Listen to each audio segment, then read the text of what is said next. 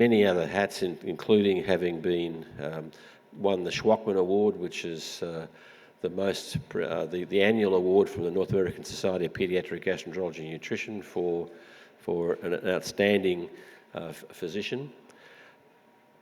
More importantly, John is a crazy acrobatic pilot.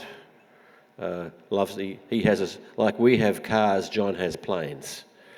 He's always tinkering and building, and as he said to me at breakfast this morning, spending his children's inheritance. But having been with John for many, many years, it's a great privilege to hear him speaking again. Not only is he a good guy, but he's also had some of the very seminal research in pediatric gastroenterology, in the areas of liver transplantation. John and I were at sort of the similar stage in the really infancy of liver transplantation, and it was fun to see how it's evolved over the years, John, isn't it? It's just been amazing how it's gone from this big deal to a routine procedure in many instances. John then, being a masochist as he is, took on intestinal transplantation, which is a whole new level over and above liver transplantation, but has had some very, very seminal work in the area of intestinal transport, intestinal sort of the disaccharidases and the development of the gut. So with that, John, I'd like you to deliver your opening address, or the address.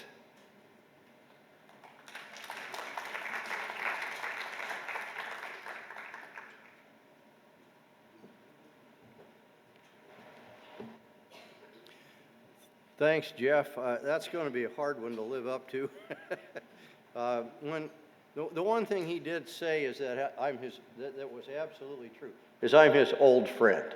I wish I weren't so old, but what can you do? I guess it's better than the alternative.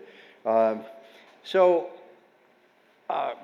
asked me to, I'm not sure what they asked me to do, but it had something to do with what happens to fussy babies and how do they end up, and so I put together this little talk for a number of reasons. One is because as a pediatric gastroenterologist, and I started practicing pediatric gastroenterologist as a lowly assistant professor at the University of Nebraska in 1976, and I've been doing it ever since. And actually did it for a couple of years before that as a fellow at UCLA, where Steve Wu was, and many of the rest of us at that time. And I one thing that I noticed is that pediatric gastroenterologists are often the dumping ground for fussy babies. If you have a fussy baby and the mother's driving you crazy and you can't fix it, the easiest thing to do with it is to send it to the poor pediatric gastroenterologist and ask him or her to fix the baby. So what I'm giving you is kind of a little bit of a summary of my own experience and some things I've learned from reading the literature, and some things I've learned from hearing other people talk about this subject. And all of this has sort of been assembled into my own clinical approach to fussy babies. And so that's what you're going to hear about today. The other part of this development of this talk relates to a project I did at Boston Children's, when we were all talking about, well, we need to do things the same way because we have 65 pediatric gastroenterologists at Boston Children's, and we all do things different. So we thought we'd try to standardize the approach. Vanderhoof, why don't you do fussy babies? Because nobody else likes it. And I said, well, I don't like it either. But I put this together as kind of a little clinical approach to how we should proceed with these babies. So I have to list my disclosures because that's what you do in academics, and these are a list of companies that I've either spoken for or consulted with. And if any of you in the audience are part of a company and you'd like to get on this list, the price of admission is surprisingly low. So please see me after the talk. So the first thing that I want to talk about, and this is really important, and I say it's important because when you see a fussy baby, a baby that cries and has no other problem but crying, I think this is something that I use to talk to the parents about. And if they can understand this, they can understand a lot of what's going on with a baby. And that is, why do babies fuss and cry? So if you think about it, most mammalian species, well, except for the marsupials, I guess, they're sort of born a lot more mature than humans. So a human baby, when it's born, can't do anything for itself. It can't feed itself. It can't move. It can't go anywhere. It's totally dependent upon its mother and other caregivers to take care of it. And it can only do one thing. It can't talk. It can't gesticulate. It can't do anything except cry. And all of its needs and everything it communicates can only be done by crying. So when the baby needs something, when it feels lonely, when it feels insecure, when it's hungry, when it has pain, whatever communication that baby has to do, it has to cry. And this was how babies survived, because back when our genetic makeup was developing, babies did that because otherwise they would starve to death. They could communicate with their environment. So I think the mother, who obviously doesn't understand anything, she cries when something hurts, so she assumes the baby cries when it hurts, or if it's uncomfortable or whatever. That may not be why it's crying at all. And moms have to understand that this is the baby trying to communicate with her and saying, hey, I want something, I want you to do something for me. It doesn't necessarily mean there's something wrong. It's a communication issue. And I think if you can help moms understand that, that will go a long way to when we go to the end of the talk, and what do we tell the mothers, and how can we help the moms resolve this problem. So what I want you to do, first of all, is look at the date that this thing was published. And down there in the bottom it says Pediatrics 1954. So this is not really new stuff I'm showing you here.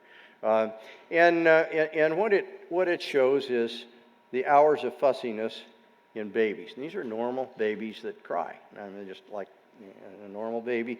And you notice that most of them are crying in the evenings, and they don't cry during the daytime. Why do they cry in the evenings? I don't know. I could guess that maybe it's a time of insecurity or a time of discomfort or whatever.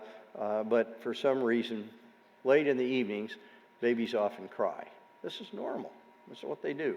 And I think it's helpful for you as a clinician when you evaluate a baby and trying to figure out, is there some pathological condition here, or is this just a normal baby that cries a lot? Look at the pattern and see if it fits into that group. Kind of interesting to note also, and this is a much newer survey of fussiness, and it looks at normal versus abnormal fussy crying babies to see how long these usually last. And as you can see here, and these are data derived throughout the developed world. This isn't just U.S. data like the other study I showed you, but these were collected in multiple countries and very consistent across the world. The babies are the same, and by 5 to 6 weeks is sort of the peak crying period, and then it starts to taper off. And by the time you're 3 months old, babies don't cry so much. So this is just the normal pattern that you see in normal babies for crying. This is a little graph I like, and I dearly wish I had this printed on the wall in every clinic room where I see patients. It's nice that we have nice picture of the gastrointestinal tract on the wall in the GI clinic so I can show people where the organs are and whatever. But this, I think, would be a lot more useful. And so this is a curve that shows crying at different ages, and it shows how some babies cry more than others. And I like to tell the parents who have a baby that cries a lot, see if this thing, that you know, if you're lucky, you're going to have one of these babies that doesn't cry very much at all. But statistically, for every one of these, there's going to be one of these. And unfortunately, Mrs. Jones, you have one of those. And so you can kind of relate to that some babies cry more than others. And this can be a very, very normal phenomenon. The good thing is by 3 or 4 months, it sort of stops. And you can kind of say, you know, there's light at the end of the tunnel. This is going to be a while. And these parents need a lot of hand-holding. You know, these are the kind of people that you say, well, come back in 2 weeks or come back in a month and check the weight. Oh, yeah, your baby's doing fine. How's the crying going? Whatever. And reassure them and get that anxiety level down as low as you can. So what happens? Do these babies turn out to be abnormal? These babies that have excessive crying? And the answer is no. By the time they're 3 or 4 months old, they're fine. They gain weight normally. They don't have more allergies than normal kids.